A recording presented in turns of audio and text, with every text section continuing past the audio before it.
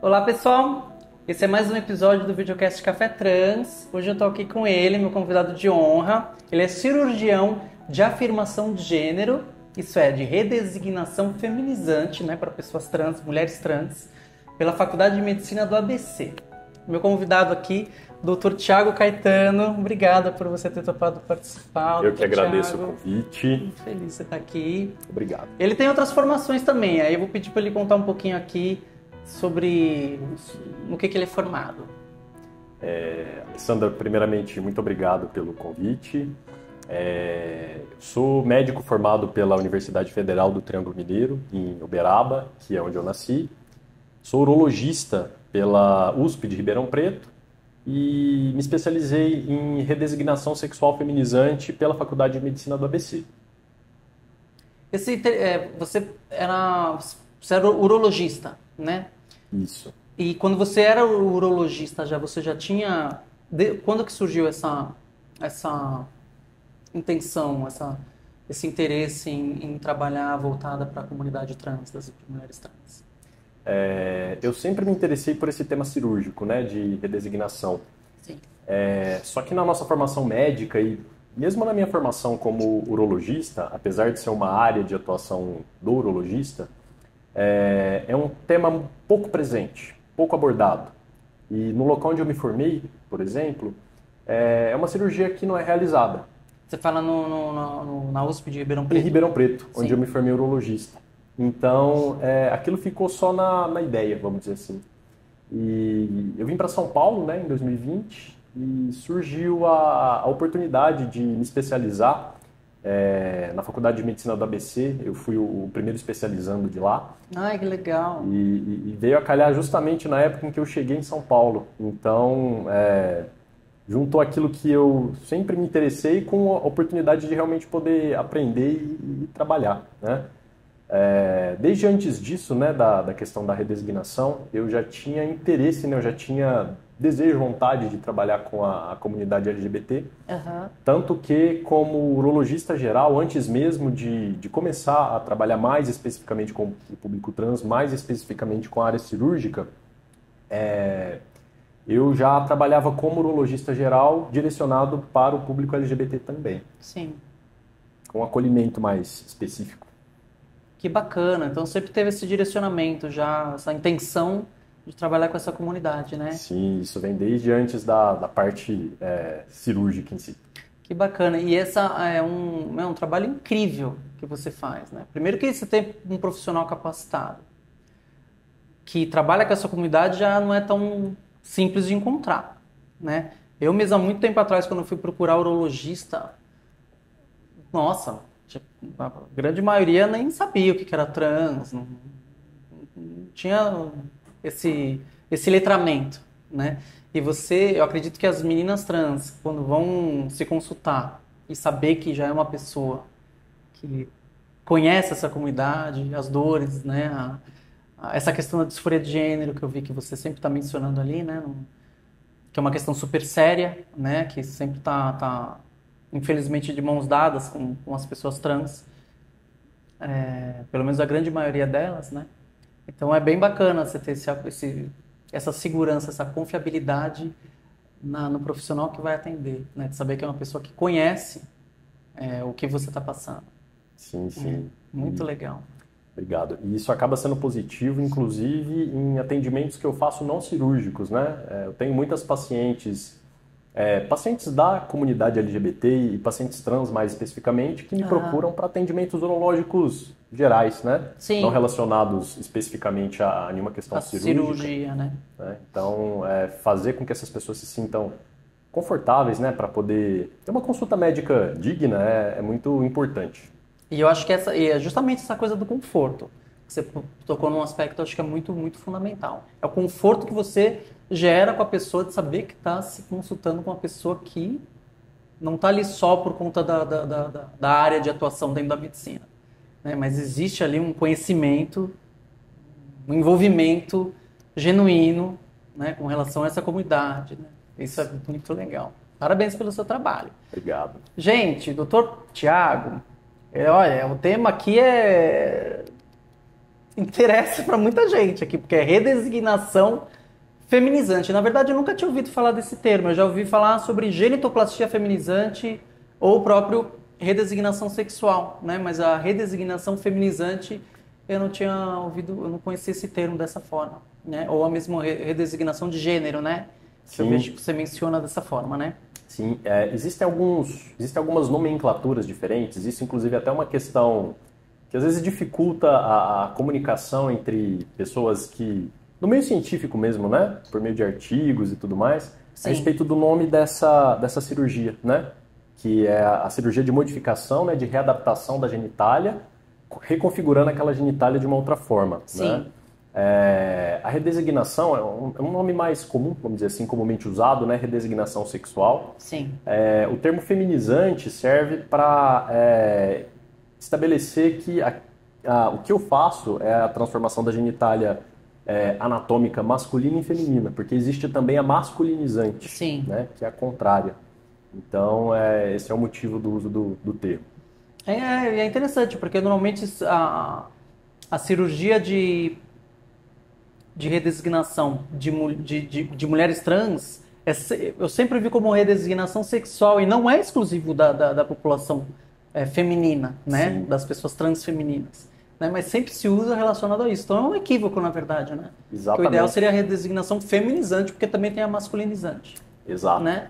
Acabou sendo usado a redesignação de uma forma geral mais para a população feminina, transfeminina, por ser uma cirurgia mais realizada realmente no público transfeminino. Sim. A redesignação masculinizante ela é muito menos feita, menos disponível, tem resultados mais limitados, então ela acaba sendo uma cirurgia menos feita, né, pela população. Por conta disso, né? Sim. Ainda existem muitas interrogações, né, com relação à cirurgia da masculinizante, né? Sim. Sobre ser efetivo ou não esse procedimento, de como que é.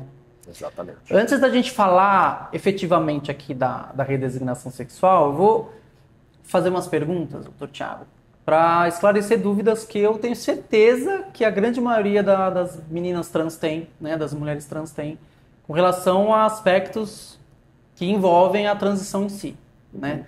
E eu sei que um deles que conversa ali, dialoga diretamente com a questão da genitália, né? Mas começar a falar da hormonização, né? Então, o que seria hormonização e os tipos de medicamentos que normalmente as mulheres trans utilizam?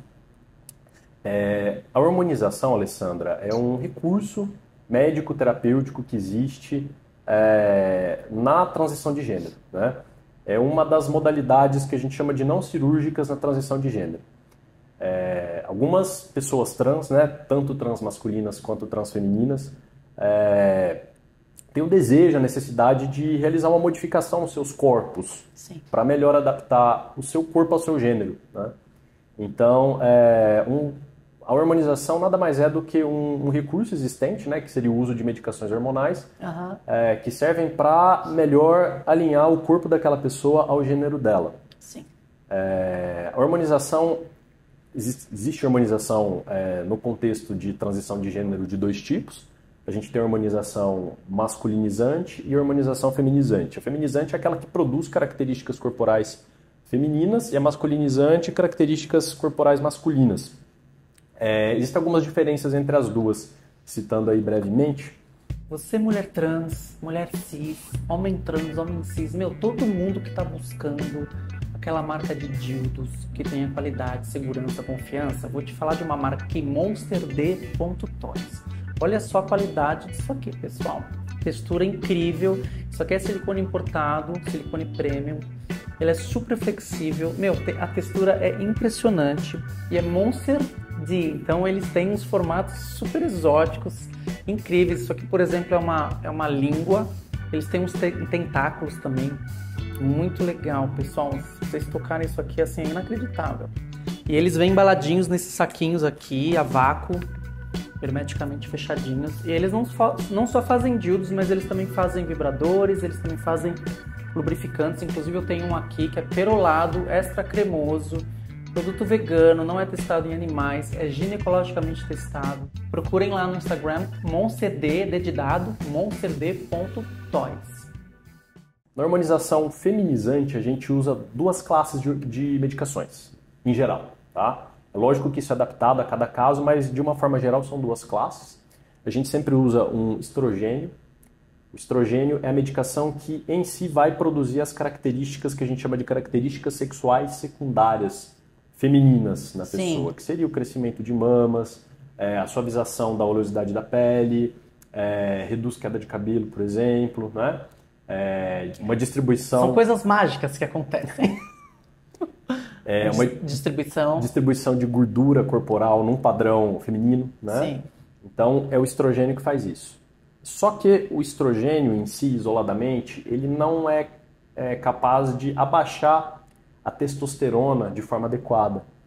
Então, por esse motivo, a gente também associa um bloqueador de testosterona, né? Que na maioria das vezes é a ciproterona, uma medicação que é tomada diariamente. E ela acetato de ciproterona, né? Exatamente. Que é um baita do medicamento forte, assim. Sim, uma medicação bem forte. Sim. E que às vezes leva a testosterona a níveis bem baixos, né? Então são essas conjunto com o estrogênio, né? Junto com na o verdade, estrogênio. o tratamento hormonal ele é um conjunto de medicamentos ali que agem para ter o resultado esperado, né? Você bloqueia a testosterona e você entra com o hormônio feminino. Exato. E aí, dentro do bloqueio da testosterona, a gente tem alguns outros efeitos, né? Por exemplo, redução das ereções, né? A questão de efeitos androgênicos do tipo acne, né? Redução de acne. Isso aí tem mais a ver com a redução da própria testosterona. Entendi. Tá? Isso é adaptável, né? Redução da libido também, né? Redução da libido, alguns efeitos também na parte psicológica. Isso tem muito a ver com a queda da testosterona. Sim. Ele mexe muito, né? E a questão psicológica, emocional, que você mencionou agora no final, ela é também super importante de ser levada em consideração. Não só por conta da testosterona, mas do estrogênio também, né? O tratamento hormonal, ele mexe demais, né? Sim. Com a parte emotiva. Sim, né? Exatamente. Isso é muito, muito frequente, muito notável. Sim. E no caso da hormonização masculinizante, né, ela consiste no uso de uma classe de medicação que é uma testosterona, né? Existem algumas formulações diferentes, né? A maioria não, atualmente no Brasil todas as testosteronas são injetáveis, né? Injeções intramusculares. E no caso, né, da pessoa trans masculina, do homem trans que vai fazer o uso, são necessárias aplicações cujo intervalo vai depender de qual medicação está sendo usada. E uma coisa notável, né, uma característica notável do tratamento hormonal masculinizante é que os efeitos costumam aparecer bem rápido, né? Mais rápido do que no caso da feminizante. Sim. É bem... Sobretudo essa questão que você mencionou do inverso, da questão da acne, né? Sim. E os próprios pelos, né? Uhum. Os pelos no rosto, eles surgem com uma velocidade bem mais rápida, né? Sim. Do que os efeitos da hormonização para as mulheres trans, né? Sim, de uma forma demora, geral. né? Uhum. É uma coisa interessante, porque tem muita gente que também às vezes me pergunta, Ale, quanto tempo que demorou, tal, não sei o quê? Quanto tempo demora para começar a ter algum desenvolvimento de seio? E é interessante, porque o que eu sinto é que o tratamento hormonal ele se comporta como se fosse uma segunda puberdade. Exatamente. Né? Então fala assim, não é um ano, não é 2 anos, né? Uhum. É como se fosse uma segunda puberdade, né? Eu lembro, inclusive, que teve uma situação que eu estava na casa da minha mãe e eu fui experimentar uma roupa e ela nunca tinha visto meu seio. E aí, quando eu tirei a roupa, ela olhou e eu lembro que ela falou assim, nossa, o seu seio tá igual o meu seio quando eu tinha 14 anos. Eu falei, olha, e aí eu percebi isso. Ela falou, e depois cresceu mais, né, no caso dela. E eu pensei nisso, olha, é como se fosse mesmo, né, a gente está numa idade, às vezes, talvez na maioria dos casos, mais avançada, quando a gente inicia a nossa transição hormonal, no caso das mulheres trans que optam por essa transição, porque a transição hormonal não define uma mulher como trans ou não, né, Sim. É uma escolha dependendo, sobretudo, da disforia que ela tem com o próprio corpo e tal. Então, tem muitas mulheres trans que buscam esse tratamento porque, como o Dr. Tiago mencionou anteriormente, ele ajuda a gente a gente conseguir se sentir melhor com o nosso corpo de acordo com a forma com a qual a gente se identifica, né? Exato. Relacionado ao gênero. Isso. E no caso dos homens trans, voltando à questão da puberdade, eu acho que é igual, né? Eles também têm a coisa da acne, tem aquela coisa do... Se comporta como uma puberdade, né? O tratamento hormonal, independente da pessoa que esteja usufruindo dele, né? Sim, exatamente. É bem semelhante. Né? Bem semelhante. Alguns efeitos começam mais precocemente, né? A gente tem um efeito máximo geralmente depois de alguns anos. E realmente é necessário, para se atingir o efeito máximo, alguns anos de uso, realmente. Sim, né? E é vitalício, né? É pro resto da vida, né? Uhum. Tem muita gente também que pergunta, né? Ah, mas quando que eu vou parar? Não vai não vai parar, vai longe. Doutor Tiago, uma relação entre a hormonização e a genitália, no caso da mulher trans. Existe essa relação? Existe o que acontece com a genitália? Enfim, como é que é ela? Existe, boa pergunta. Efeitos da hormonização feminizante na genitália. Hormonização feminizante feita com o uso de estrogênio e bloqueador de testosterona causa a redução das ereções, né? Causa uma atrofia discreta, mas ela vai acontecendo ao longo do tempo dos corpos cavernosos, que são as estruturas que formam ali a genitália. E o mais importante, o mais pronunciado, né, o efeito mais visível é na parte das gônadas, testículos. Né? Os testículos eles vão atrofiando, né? E é uma atrofia relativamente veloz, vamos dizer assim. Não, depois de poucos anos de hormonização, a gente já tem uma atrofia testicular importante. E o primeiro efeito notado nisso tudo é justamente a questão da produção dos espermatozoides. Né? Reduz bastante. Reduz bastante e é uma das primeiras alterações a ocorrer falando na genitália como um todo, após o início da hormonização feminizante. Mas acho que é uma informação que eu não sei, eu acho que é importante para muita gente. A redução da produção de espermatozoides não necessariamente representa a esterilidade. Não, de forma nenhuma. É só redução, mas você ainda pode engravidar alguém, então toma cuidado. Exato, reduz, né? Existem atualmente até técnicas para preservação de fertilidade. Isso implica necessariamente em todos os casos, né? Existem casos, fala-se muito sobre isso no exterior atualmente, sobre preservação de fertilidade em pacientes que fazem tratamento e afirmação de gênero e é necessário sempre interromper a hormonização. Então é sempre um dilema que a pessoa que deseja a prole biológica enfrenta, porque ao interromper a hormonização muitas vezes vem disforia. Né? Difícil, então, né? Fica naquela, né? Fertilidade e disforia. Mas é algo necessário porque a hormonização feminizante ela acaba reduzindo a qualidade daquela produção espermática. Né? Não só a quantidade, mas a qualidade também. Exatamente. Olha que coisa. Tá. O ideal seria se a pessoa tem aquele sonho, aquele desejo de ser mãe, né? No caso da mulher trans, o ideal seria coleta do material. Coletar previamente a hormonização. E congela ali, né? Num banco e aí faz a hormonização. Exatamente. Para não... Se a pessoa, se a mulher trans, ela deixa de se hormonizar, a produção retoma tanto na qualidade quanto na quantidade? Isso depende muito do tempo de uso de hormônio. Quanto maior o tempo de uso, se a gente cessar, o potencial de voltar é menor. Então, uma mulher que fez hormonização por exemplo, 6 meses, se ela cessar, ela vai voltar a ter uma certa qualidade ali dos gametas, dos espermatozoides.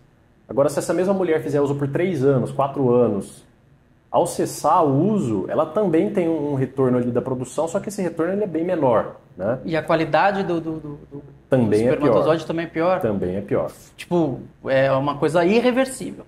Ela perde uma qualidade para sempre. Sim. Olha só. É uma perda progressiva de acordo com o tempo de uso da hormonização. Mas é uma perda mesmo. Sim. Então, por isso que é importante, né? Infelizmente, nosso país se conversou até hoje muito pouco, né, sobre fertilidade, né? Às vezes naquela ansiedade, naquele afã de começar a harmonização, não se fala ou pouco se pensa nisso, né? Mas Sim. A meu ver, é uma questão legítima, né? Algo a se pensar. Muito, né? Se pensar muito. E é interessante essa questão, só voltando um pouco no que você mencionou anteriormente.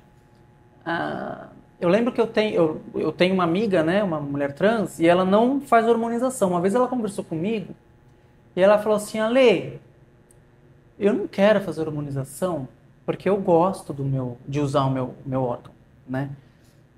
E eu lembro que ela perguntou: se eu utilizar bloqueador, por exemplo, ele vai cair? Aí eu falei, provavelmente. Porque eu lembro que comigo foi assim. Aham. É muito difícil ter. Sim. A libido cai, a ereção cai, a própria ejaculação é completamente diferente, né? O orgasmo é menos intenso, tudo muda, né? Sim. E para uma mulher trans que gosta de utilizar a sua genitália ali, que lembrando, né, que a genitália de uma mulher trans é uma genitália, é um pênis feminino, né? É um pênis de mulher. Mas não vai funcionar direito, né? E no caso da mulher trans que gosta, é difícil isso. Sim. Porque ela falava, eu queria ter mudanças físicas que remontam ali aos efeitos do tratamento hormonal, mas eu não quero perder o desempenho do meu órgão. Ou seja, não dá para ter os dois. Esse é um caso comum, Alessandra, de indicação de terapia feminizante sem o bloqueador. Às vezes a gente faz isso, né? Só com estrogênio. Apenas estrogênio, né? Lógico, os efeitos eles não são tão pronunciados de quem faz mas o uso reduzidos, dos dois. mas existem. Exato, né? Só que a gente tem o efeito deletério sobre a genitália é bem menor. Interessante. No meu caso, aconteceu isso mais ou menos. Porque eu lembro que quando eu comecei a fazer o tratamento hormonal, eu comecei a tomar bloqueador, aí aconteceu tudo isso, né? Caiu o libido, não tinha ereção direito, mudou completamente. Só que, por alguma razão muito rara, o meu cabelo começou a cair muito, assim. Avassaladoramente. E aí eu conversei com a endócrina e falei, vou cortar. Cortei e fiquei só no hormônio feminino. Por muito tempo. E aí eu percebia, eu tinha mudanças corporais e mudou um pouco ali, melhorou um pouco o uso. Embora eu não usasse, não fizesse questão de usar, mas no caso, realmente faz muito sentido, né? No caso de mulheres que querem utilizar, no caso, Sim. Acho que só o hormônio feminino, né? Exato. Por isso que a hormonização é sempre individualizada. Exatamente. Né? Bacana, doutor. Dicas, doutor Thiago, sobre como é possível, ou que tipo de tratamento, ou como é possível aliviar um pouco a disforia de gênero. Então, a disforia, né, que é aquele sofrimento que muitas pessoas, né, eu ia dizer algumas, mas assim, muitas pessoas trans têm, né, relacionado à própria imagem corporal, ao próprio corpo, né. O tratamento da disforia de gênero consiste, além, é lógico, de acompanhamento com profissionais de saúde mental, psiquiatra, psicoterapia é muito importante, mas o alívio da disforia de gênero vem com modificação corporal, né? É algo inegável isso, né? Pessoas com disforia de gênero, ao fazerem tratamentos em afirmação de gênero de modificação corporal... Tratamentos estéticos ou cirúrgicos, né? Exatamente. Lembrando que os tratamentos que a gente faz, né, a hormonização, as cirurgias em afirmação de gênero, todas elas são feitas, a princípio, com a função de aliviar a disforia de gênero, né? E com isso resultar em melhor qualidade de vida, né? Por esse motivo que essas cirurgias elas não são consideradas estéticas. A princípio, né? Mesmo, por exemplo, uma mamoplastia de aumento, né, que seria aí colocar silicone para aumentar as mamas da mulher trans, isso é uma cirurgia em afirmação de gênero. Sim. Né? É uma cirurgia para melhora de qualidade de vida e alívio desse sofrimento tão intenso que é a disforia. Sim. Tá? Não é isso que define uma pessoa como trans, logicamente, né? Mas é um recurso existente que a medicina consegue oferecer para alívio dessa disforia. Sim. E a disforia de gênero é uma coisa muito, muito forte, né? Eu conheço muitas mulheres trans que sofrem com disforia de gênero. E é uma coisa que só a pessoa trans sabe como é que é, né? Ou as pessoas estão, ou pessoas cis que estão muito diretamente ligadas a elas, como no caso do Dr. Tiago, ou pessoas da área de psicologia que atendem ali, né? Essa comunidade, que sabem como que é. E eu no meu caso, eu sofri muito com disforia de gênero. Ah, e assim, como o Dr. Tiago mencionou, não é isso que define uma pessoa trans, né? Tem pessoas trans que têm uma disforia de gênero menor, ou tem pessoas trans que não têm, né? Por exemplo, tem as pessoas trans não binárias que elas se identificam ali como fluídas ou como neutras relacionado a gênero, mas e elas não têm disforia, elas estão super bem com a aparência física que elas têm, né? Sim. Em geral, as pessoas trans binárias, ou no caso femininas, eu, por exemplo, sou uma pessoa trans, vou dizer binária porque eu me identifico como pertencida ao gênero feminino, né? Eu não sou uma pessoa trans não binária. Eu sou binária, eu me sinto pertencida ao gênero feminino. Então, para mim, as minhas características físicas que remontavam ali ao meu gênero de nascimento me causavam uma aversão muito grande. Sim. Né? E aí eu busquei procedimentos estéticos e cirúrgicos para contornar isso. E a terapia ela ajuda muito, mas é muito difícil lidar com isso, né? E é o que você falou, e não se reconhecer naquele corpo, né? né? Você não se reconhece. E a disforia, ela é algo... quem não está em contato, né? Quem não tem ideia. Só ouviu falar, não tem ideia do quanto isso é deletério e muitas vezes perigoso, né? Sim, sim. A gente tem casos extremos aí de disforia, então os tratamentos em afirmação de gênero são muitíssimo importantes para o tratamento desses casos de disforia. Sim.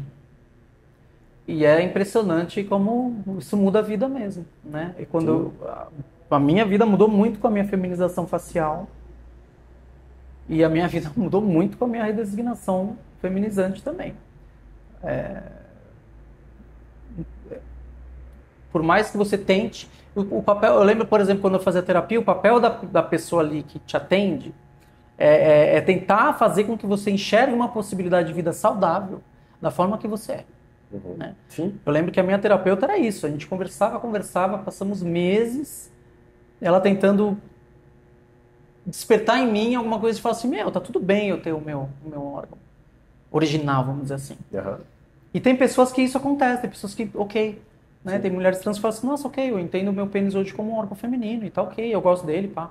Só que tem pessoas que não, né? Então a gente sempre tem que lembrar que a transgeneridade não é um pacotinho pronto. Exatamente. Né? Cada pessoa trans identifica-se, tem aspirações e desejos específicos com o seu rosto, com o seu corpo, com a voz, e a gente tem que respeitar isso, né? E o Dr. Tiago, como um profissional aqui incrível, ele faz a vez aí de uma parte que é relacionada à disforia, que é muito importante, né? Sim. Bacana, Dr. Tiago. Vamos seguir aqui. Vamos. A importância do acompanhamento terapêutico. Sobretudo pré e pós-cirúrgico. Como é que... Assim, qual a importância disso, assim? Que né? Mas não... Então vamos começar aí com o pré-operatório, né? A cirurgia de redesignação é uma cirurgia que... não é uma cirurgia que se decide fazer do dia para a noite, né? É uma cirurgia que aqui no nosso país é muito bem regulada, né? É uma cirurgia que já é liberada para ser feita aí há alguns anos, né? Desde 2002 é uma cirurgia que pode ser feita fora de contexto de protocolo de pesquisa, é uma cirurgia que pode ser oferecida para os pacientes, né? De uma forma geral. E atualmente a gente tem uma série de pré-requisitos para que uma paciente que deseja, que tenha necessidade de passar por isso, ela possa realizar esse desejo, essa necessidade, né?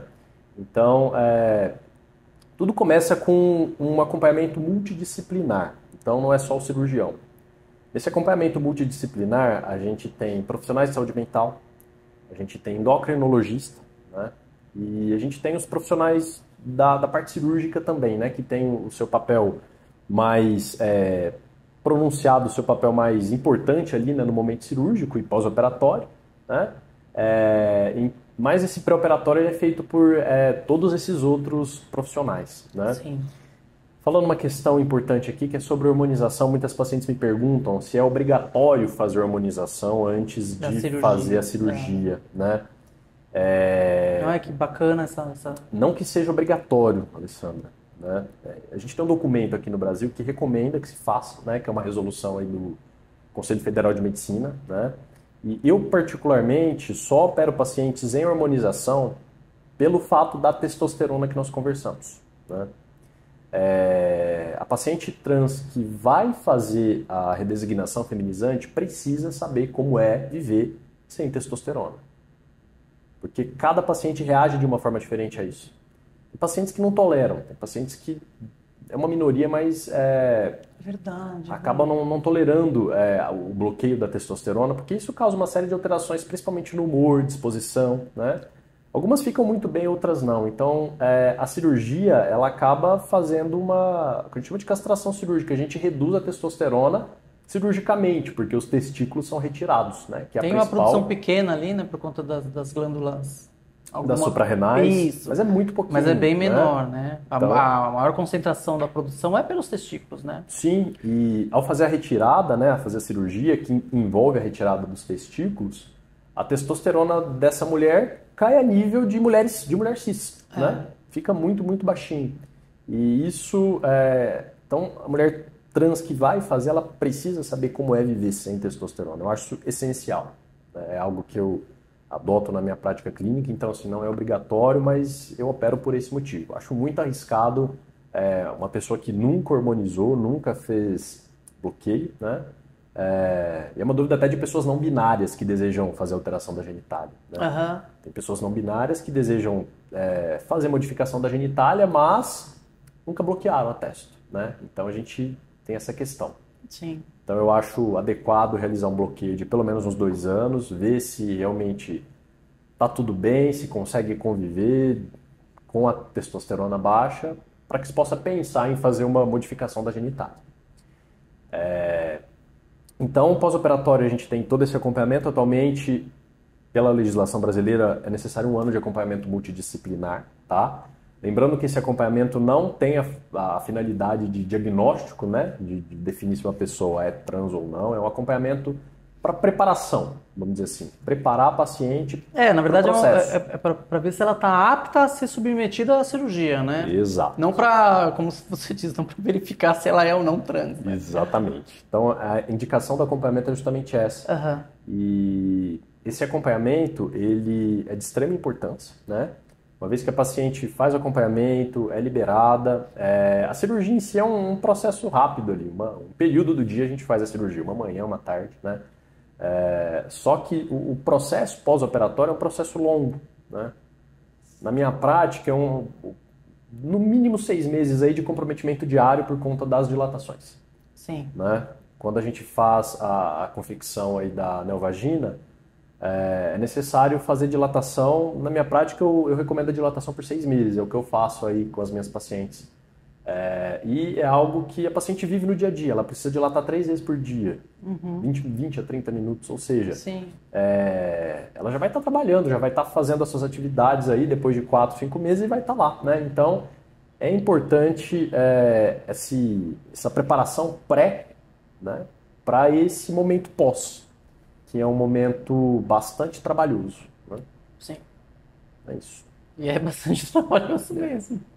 É interessante isso que você mencionou sobre, vamos dizer assim, o requisito, né, que você acha mais seguro para a paciente. Sim. Dela estar em acompanhamento endócrino e fazendo já tendo a redução ali da testosterona por conta da hormonização para ver, né, como que ele se lida ali com a questão emocional, a falta de testosterona mexe com muita coisa, né? Sim. Como você mencionou, não só com a libido, não só com a parte do desempenho sexual, vamos dizer assim, mas mexe muito com o desempenho físico, né? Sim. A vontade de fazer as coisas. A testosterona é um baita do hormônio forte. Disposição, né, pro dia a dia. Disposição pro dia a dia.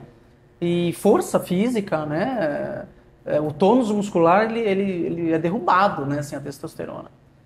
E Você imaginar que uma mulher trans que não faz isso, não faz acompanhamento, mas é submetida à cirurgia, a quantidade de mudança na vida dela no pós-cirúrgico é gigante, assim. E você realmente não sabe o que pode acontecer na cabeça dessa pessoa, Sim. né? Pode ser que ela lide bem, mas assim, é difícil, porque a testosterona ela muda completamente a vida, né? Então, muito interessante isso que você trouxe, né? Sim. Dessa relação entre estar hormonizando para ser submetida à cirurgia, que é algo mais... É uma situação mais segura, né? Para paciente. Muito legal, doutor Thiago. Informações super valiosas aqui, hein, pessoal? Olha só essa pergunta que interessante aqui, ó. Na verdade, essas perguntas eu tô tirando ali do perfil dele, ali, ó, coisas que informações, conhecimentos super importantes que ele já traz ali no perfil do Insta, que depois ele vai estar tudo na descrição aqui, ó, as informações sobre o Dr. Thiago Caetano. Dr. Thiago, mulheres acima de 45, né? Mulheres trans acima de 45. Consultar-se com um urologista ou com um gineco? Vamos separar em dois grupos. Sim. Mulheres trans que têm pênis devem passar sempre com o urologista para a parte de saúde da genitália. Tá? Mulheres trans que passaram pela cirurgia de redesignação podem passar tanto com o urologista quanto com o ginecologista. Elas devem passar com o urologista após os 45, 50 para rastreio de câncer de próstata, porque mesmo aquelas mulheres que passaram por cirurgia ainda têm próstata. Isso é importante, né? Sim. Deixar claro que a próstata fica, né? A próstata fica, ela não é retirada em nenhuma técnica cirúrgica, né? Por uma série de motivos aí que a gente pode conversar. Uhum. Então, existe o rastreio de câncer também para essas mulheres, né? Que deve ser feito pelo urologista. Ele é o profissional preparado e indicado para fazer isso. Mesmo para aquelas mulheres que não têm histórico de câncer na família. Exato. Né? E para aquelas que têm a vagina, precisa de um acompanhamento ginecológico, né? Sim. Felizmente, a gente tem muitos ginecologistas que são preparados para atender esse público, têm experiência, né? Mas eu, por exemplo, faço acompanhamento ginecológico de pacientes operadas por mim, né? Por um determinado período ali pós-cirúrgico. Na verdade, esse acompanhamento ele é uma rotina anual, vamos dizer assim. Sim. Né? Então, a mulher trans... Assim, elas voltam a quem você faz as cirurgias, você mantém essa recorrência de... Sim, poderia ir com o ginecologista também. Uhum. Né? Mas existe o papel do urologista nesse caso, né? Na avaliação da saúde da próstata, né? No rastreio do câncer, isso é importante. Bacana, bacana. E quais os laudos necessários para uma mulher trans conseguir ser submetida à cirurgia de redesignação feminizante, doutor? São 3 laudos necessários. A gente tem o laudo endócrino, o laudo do psicólogo e o do psiquiatra. O que esses laudos falam? O laudo endócrino, o endócrino ele vai falar a respeito da parte de saúde física, né? Não apenas da parte hormonal, mas ele dá pra gente aí um panorama de como está a saúde física dessa paciente, que muitas acabam fazendo a sua rotina de clínica geral ali com o seu endócrino, né? Uhum. Então, falar a quantas anda a hormonização, se está tudo bem, e explicitar ali que aquela paciente está bem, não tem nenhuma contraindicação à realização da cirurgia, né? O relatório do psicólogo é um relatório mais para dizer para nós como é que foi a psicoterapia daquela paciente, né?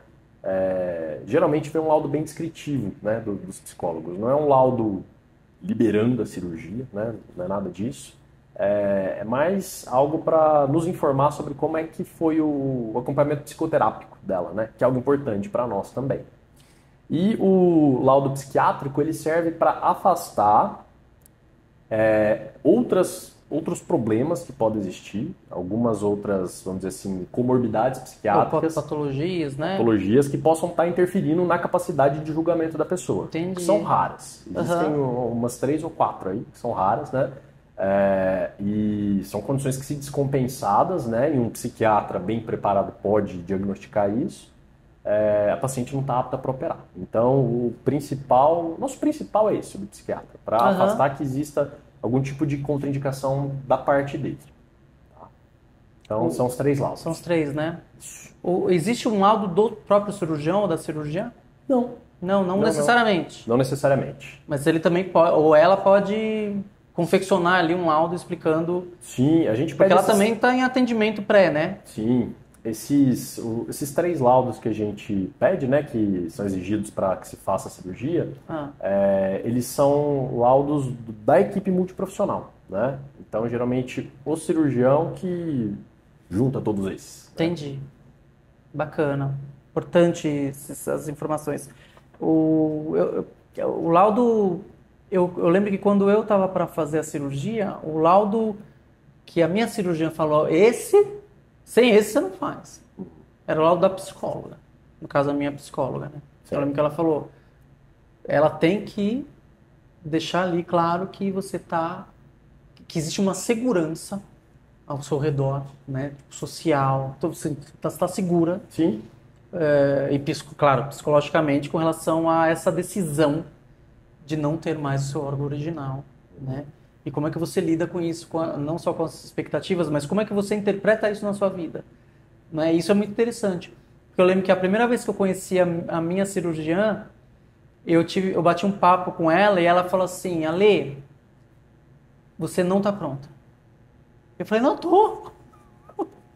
Né? Não, ela falou assim, não, espera, você não está pronta. E era minha cirurgiã, não era minha psicóloga. E elas, claro, elas tinham um contato, porque fazia parte da equipe multidisciplinar. E aí levou ali cerca de um ano, um pouco mais de um ano, 14 meses depois, só que eu apresentei o laudo da psicóloga para ela falou assim, isso, agora você está... E é muito interessante, porque eu era uma mulher completamente diferente depois desses 14 meses. E eu acho que isso é super fundamental, não só a segurança em saber o que você quer, mas a mulher trans ela estar empoderada da sua essência trans, da sua decisão com relação às expectativas de vida, né? Sim. Relacionadas não a genitália em si, mas porque não se foca na genitália, né?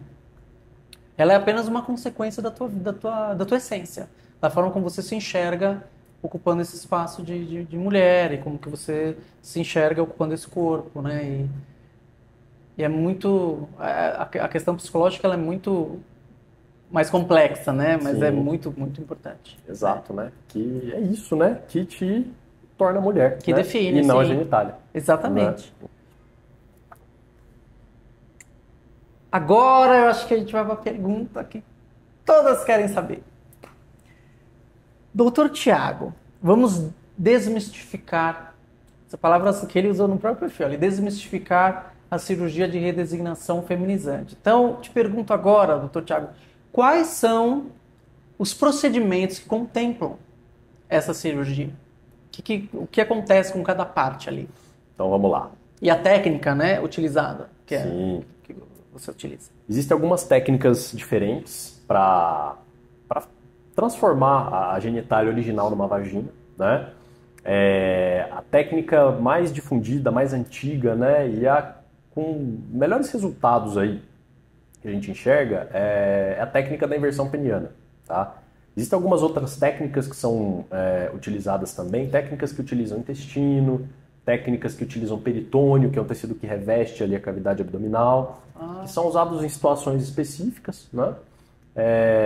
Falando mais especificamente da técnica que é mais usada no mundo, né, que é a inversão peniana, essa técnica ela consiste em criar um canal que vai ficar entre o trato urinário e o trato digestório, na pelve. É a mesma posição onde fica a vagina da mulher cis. Uhum. E no caso da mulher trans, esse espaço ele não existe, vamos dizer assim. A gente cria esse espaço, né? A gente separa o reto que fica atrás e a bexiga que fica na frente, né? E fica entre o reto e a uretra. Exatamente. Né? Então, a gente abre esse espaço, que é um espaço que na mulher trans originalmente não está aberto, né? Uhum. O espaço que está lá, mas não está aberto. Sim. Então a gente abre esse espaço, né? Que é o que vai ser a cavidade vaginal. O pênis é retirado, a parte interna dele, lembrando que não é feita uma amputação do pênis em si, né? Muitas vezes o pessoal pensa que... Isso é uma coisa que muita gente acha, né? Vai tirar Não, você não vai tirar o pênis. Não. Ele tá lá. A gente Ele usa... vai ser reconfigurado. Né? Exatamente. Na técnica que eu uso, a gente usa em torno aí de uns, vamos dizer assim, falando em quantidade de tecido, eu uso em torno aí de uns 40% do pênis para fazer. A porção interna do pênis é retirada, né? Os corpos cavernosos. O clitóris é feito com uma parte da glande, a glande é diminuída para poder formar o clitóris. Né? Na minha técnica, eu faço um clitóris que vai ficar ali em cima da uretra, na mesma posição de um clitóris cis. Clitóris cis. Né? A inervação desse clitóris é uma inervação que é toda preservada também, inervação e irrigação aos vasos sanguíneos. E a pele do pênis, a gente separa essa pele da parte interna do órgão. E essa pele ela vai ser invertida ali para dentro do canal para revestir esse canal e dar uma estabilidade cicatricial. Uhum. Porque quando a gente abre o espaço, é um espaço cruento, fica meio que em carne viva ali dentro. A gente precisa revestir aquilo com alguma coisa. Senão fica uma ferida ali para sempre, né? Então é necessário revestir, colocar algo ali dentro para poder dar estabilidade cicatricial e fazer com que o canal cicatrize, o canal exista, né? Ele não fique tentando fechar ali, o corpo fique tentando fechar aquilo a todo momento. Porque, né? Como você disse, é uma cavidade que não existe, né? Exatamente. Então, biologicamente, o corpo tentaria fechar aquilo. Exato. Porque não tinha ali, né? Isso. Na região do períneo, né? Ali que é feito, né? Exatamente. Os testículos são retirados, né, na cirurgia. Os lábios vaginais são feitos usando a pele da bolsa escrotal. Né? Então, muitas pacientes me perguntam sobre a cor. A cor vai ser a cor da pele escrotal. Pele escrotal. Né? E o canal urinário, que é a uretra, vai ser diminuída, né? Porque a uretra original é uma uretra comprida. Sim. Então, essa uretra ela é reduzida, né, para poder ficar ali na entrada da vagina. Então, basicamente, esses são os passos, né? A redução da uretra, a retirada dos testículos, confecção dos lábios vaginais, confecção do clitóris e a própria vagina, que é revestida com a pele peniana invertida. Gente... Ao longo aí de 4 horas de cirurgia. 4 horas? 4 horas em média. É muito complexo, não é? Sim, é bem complexo. Antes de eu fazer a cirurgia, que eu fiz essa técnica também da inversão peniana, né? Fui submetida a ela. Eu assistia no YouTube, tem um vídeo dessa técnica em 3D. E eu ficava assistindo aquilo inúmeras vezes. E é muito, muito complicado o que se faz ali. Sim.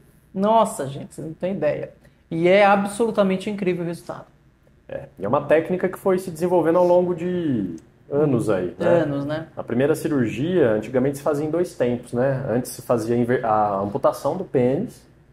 Depois, no segundo momento, se fazia a criação da vagina, né? E é mesmo? Isso foi sendo aprimorado aí ao longo dos anos, né? Inclusive, cada cirurgião tem uma certa forma de fazer assim, vamos dizer. As vaginas dos diferentes cirurgiões são órgãos que têm... Os princípios são os mesmos, né? Esses que eu te falei, mas muito da parte técnica ali, onde é que vai estar uma sutura, onde é que é feito um ponto ou outro... Vai de profissional para profissional. Exato. Tem a questão do clitóris, tem cirurgião que às vezes não faz o clitóris, deixa a glande ali no fundo do canal. Então isso é o que vai diferenciar um cirurgião do outro. Ai, que interessante. Eu lembro até que a minha cirurgiã mencionou que há um tempo atrás eles não preservavam a glande. Não sei quem, né? Mas acho que não tinha, não se fazia o clitóris. Uhum. E eu pensei, nossa, não se faz. Ela falou, não se fazia um tempo atrás, não sei se... Assim, é muito triste quando eu vi isso. Falei, nossa, gente. E é impressionante hoje como chegou, como a medicina evoluiu, né? Para chegar ao ponto de fazer essa cirurgia com essa complexidade e qualidade pós-cirúrgica ali que a paciente tem. Sim. Né? De sensibilidade, de estética, né? Esse conforto de... inclusive tem muita gente que me perguntou, como é que fica? Na verdade, assim, as vaginas são diferentes, né?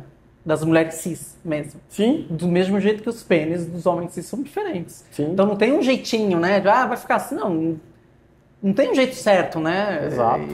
Vai ficar. O importante é que vai ficar e que tem isso, que é preservado, que você tem um canal, que você tem um clitóris, você tem pequenos lábios, você tem grandes lábios, você tem tudo ali. Sim, e cada mulher vai ter a sua vagina dependendo da sua estrutura óssea, da sua anatomia. Do tamanho do Exatamente, órgão original. Da cor da sua pele. Sim. Né? Então, se eu fizer a mesma cirurgia usando a mesma técnica de forma idêntica em 5 mulheres, eu vou ter 5 resultados diferentes. Exatamente. Porque depende de todos esses fatores. Sim. Uma pergunta que eu acho que muita gente tem essa dúvida com relação à depilação nessas regiões. Como é que é? Onde que tem que ser feito? A depilação ela é uma etapa importante do pré-operatório, porque como a gente usa a pele peniana para revestir o canal, se essa pele tiver pelos, vão crescer pelos dentro da vagina, né? E isso pode dar uma série de problemas. Infecção, coceira, às vezes dor no momento de ter alguma penetração ali, por exemplo. E retirar os pelos de dentro da vagina é muito mais difícil do que fazer essa depilação antes. Então, por esse motivo que se pede que se faça a depilação no pré-operatório, uma depilação por um método definitivo, né, que Sim. a gente usa a depilação a laser. E se tem muitas mulheres que optam por depilar toda a genitália, ótimo, né, tá tudo bem. Mas no mínimo é necessário depilar a haste peniana, né, a parte central da bolsa escrotal e a região do períneo, né, que é aquela região que fica entre o escroto e o ânus. Porque nessa região crescem pelos e é ali que vai ficar a entrada do canal. É bem naquela região. Olha aí. A entrada da vagina fica ali. Então, no mínimo, essas regiões que eu falei. Bacana. Bem legal. Atentas à depilação a laser, gente. Prepara-se para dor. Olha aqui uma dúvida interessante.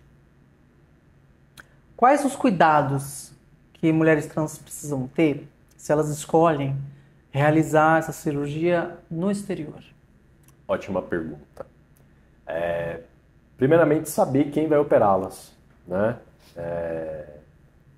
Antigamente, quando se tinha pouca disponibilidade dessa cirurgia aqui no nosso país, muitas mulheres acabavam viajando, né, para Europa, para a Ásia, para poder operar. Tailândia, né? Tailândia. A gente falava da Tailândia. Sim, algumas ainda vão, né?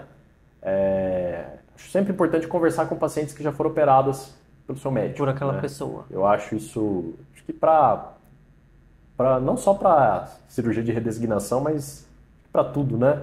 Não de cirurgia de uma forma geral. E não só para cirurgia... não só porque é no exterior, até para cá, né? E acho algo importante conversar com o cirurgião antes também, né? Fazer uma consulta, né? Provavelmente uma teleconsulta. Acho que assim, a sua impressão em relação ao seu cirurgião conta muito, né? Aquilo que você sente, aquilo que vem, que não é muito bem descrito com palavras, isso conta muito, né? O que você sentiu? Você sentiu segurança, né? Tá tudo bem? Então, acho que isso é essencial, né? Se programar financeiramente e sempre ter um pouco a mais ali. Nunca vai com os recursos muito contados, né? Porque imprevistos... Imprevistos, né? Ainda mais no exterior, né? Exatamente. Nossa, você dá uma zebra ali, como é que faz? Exatamente. E pacientes de fora que vêm operar comigo, eu solicito que fique aí em torno de 30 dias, né? Ou seja, eu acho esse período adequado, né? Cada cirurgião aí de outros países tem a sua rotina, mas é necessário se programar para ficar mais ou menos esse período. Pelo menos um mês. Exatamente. Acho que o principal é fazer uma avaliação pré-operatória e conversar com pacientes que já foram operados. Submetidas, né? Exatamente. Além de toda essa segurança dos recursos, né? E também, importante. No caso de complicação pós-cirúrgica, assim, também saber... Talvez procurar saber como esse cirurgião lida com isso, né? Com complicações, né? Isso é algo... Complicações cirúrgicas acontecem, né? E devem ser prontamente reconhecidas e prontamente tratadas, e saber como o seu cirurgião trata isso, reconhece isso, é de extrema importância. Porque quando vai tudo bem, tá ótimo, né? Mas quando acontece alguma coisa do tipo... Exatamente. E... Também esse resultado dessa cirurgia, você não sabe quando é que pode dar problema, né? Porque às vezes pode dar um problema depois de muito tempo, né? Exatamente. A gente tem complicações mais precoces, né, que são reconhecidas ali nas primeiras semanas, mas algumas aparecem depois de algum tempo. Depois de um tempo, né? E é perigoso, né? Aí nesse caso também, a pessoa acho que já voltou, não sei como é que faz, né?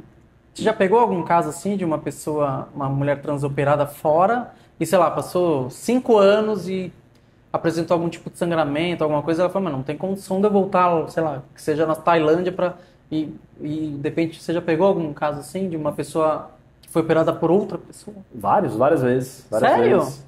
Algumas complicações comuns que às vezes acontecem, que, por exemplo, estenose da vagina, quando a vagina fica estreita, às vezes pode acontecer, né? Existem casos de... Seria Um caso mais grave que eu já vi também, o caso de fístula, né? Fístula é quando acontece uma comunicação anormal. O paciente começou a ter fezes saindo pela vagina, né? Uma comunicação anormal entre o reto e a vagina. E a paciente já estava aqui, né? Então, são situações que às vezes chegam a ser bem dramáticas, né?